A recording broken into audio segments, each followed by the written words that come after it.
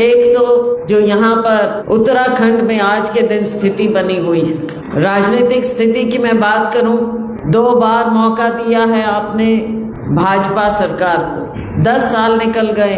10 साल में इनकी कोई भी बात, जो भी इन्होंने वायदा किया, कोई बात सच नहीं निकल पाई।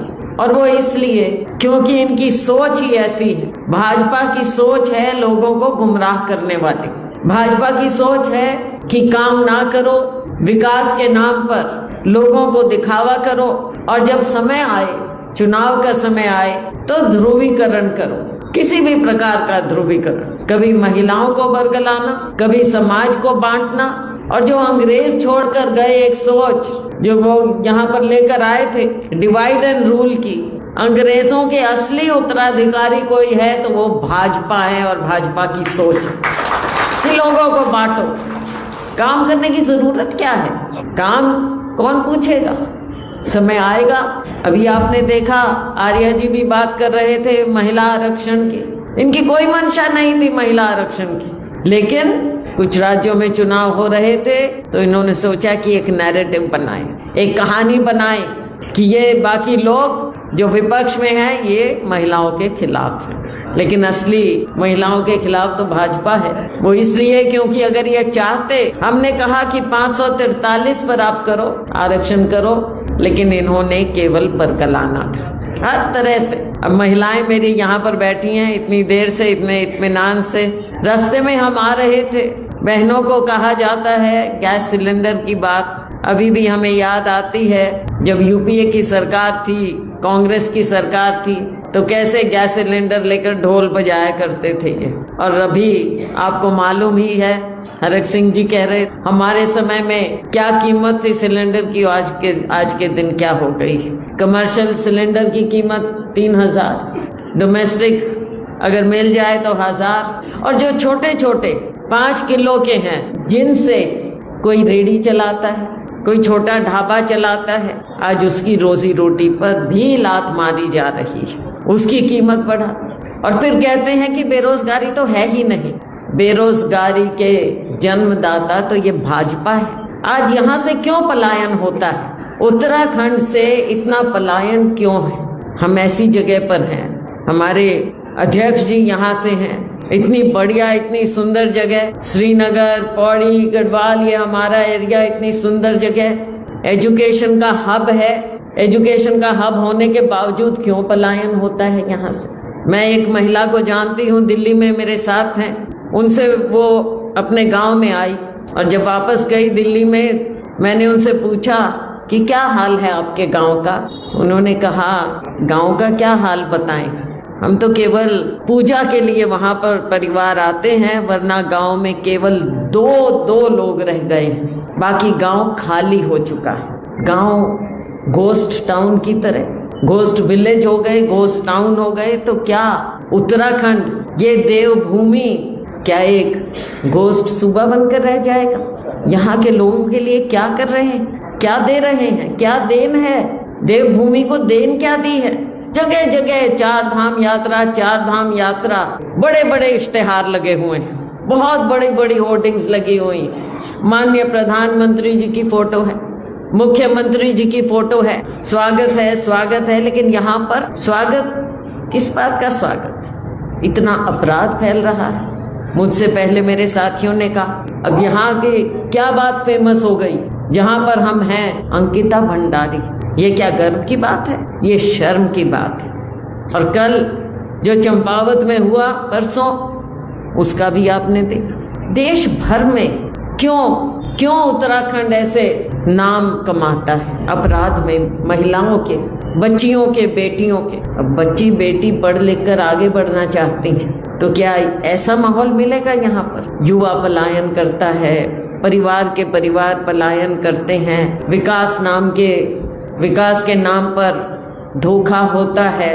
तो उत्तराखंड की शान, ये माँ गंगा मैया की जब हम बात करते हैं, ये धरती जननी है गंगा मैया की, आज उसका प्रदूषण देखो, पूरे उत्तराखंड का प्रदूषण देखो। और मैं अपने कांग्रेस के साथियों से यही कहना चाहूंगी, मिशन बनाइए, लोगों के बीच में जाइए, भाजपा को बेनकाब कीजिए, इनकी गलत नीतियों को बेनकाब कीजिए, लोगों के बीच में जाइए, लोगों की दुखती रग को समझिए। ये काम है हमारा।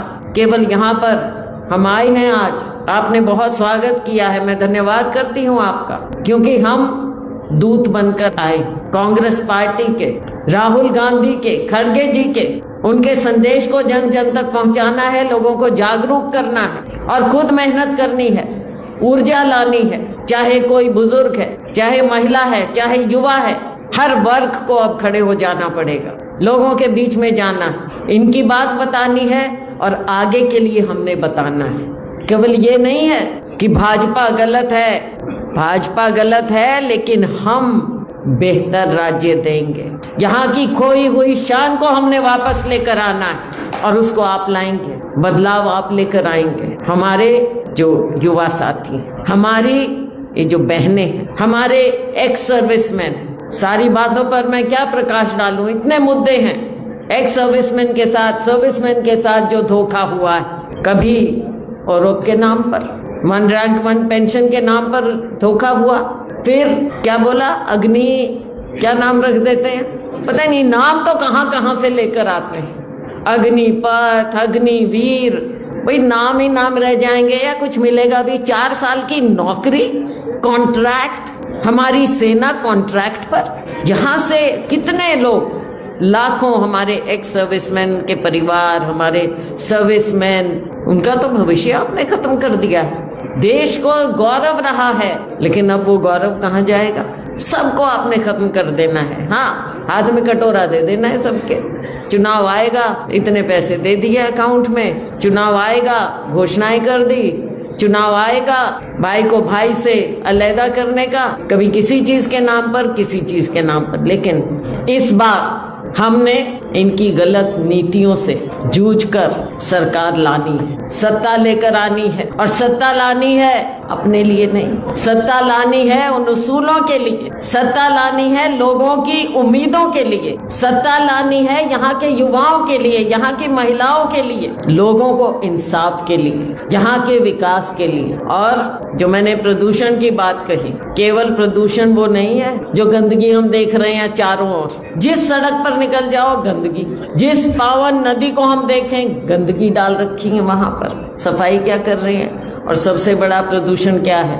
विचारों का। तो हमने उत्तराखंड को प्रदूषण रहित करना है, हर तरह के प्रदूषण से हमने यहाँ पर सफाई लानी है, विचारों की, आबो हवा की, लोगों के बच्चों की परवरिश के लिए उनकी अच्छी शिक्षा हो। और जो सपना हमारे नेताओं ने देखा था आजादी के समय और हमें संविधान दिया, बाबा साहेब भीमराव अंबेडकर जी के अध्यक्षता में जो उनकी संरचना हुई हमारे संविधान की, हमारा संरक्षण तो संविधान करता है ना, एक भगवान करता है और एक संविधान करता है। तो देवभूमि पर भगवान को भी हम याद करते हैं और अपने हक के लिए जमीन पर हम अपने संविधान को याद करते हैं। तो आइए हम इस देवभूमि की भी मजबूती करें, अपने संविधान की भी मजबूती करें, ताकि आने वाला समय लोगों का हो, उत्तराखंड का हो और लोगों के हक का हो।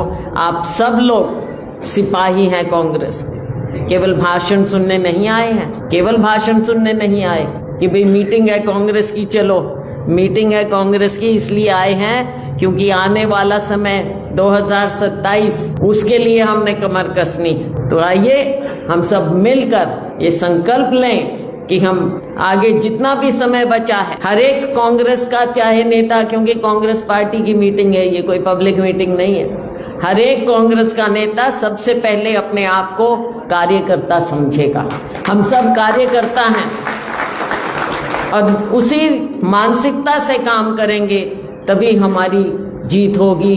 लोगों का विश्वास हमने पाना है और भाजपा की झूठ से निजात दिलवाना है लोगों को। इन्हीं शब्दों के साथ मैं बधाई देना चाहूंगी गणेश गोदियाल जी को, हमारे अध्यक्ष हैं, आप लोगों के अपने हैं, हमारे तो हैं ही पार्टी के, यहाँ के हमारे मुखिया तो हैं ही, लेकिन आपके अपने हैं, आपके बहुत चहेते हैं और मैं तो चाहूंगी ये कोई क्या मार्जिन कुछ नहीं होता है, इस बार तो इतना ज्यादा मार्जिन होना चाहिए आने वाले समय में पूरी जगह, सब जगह।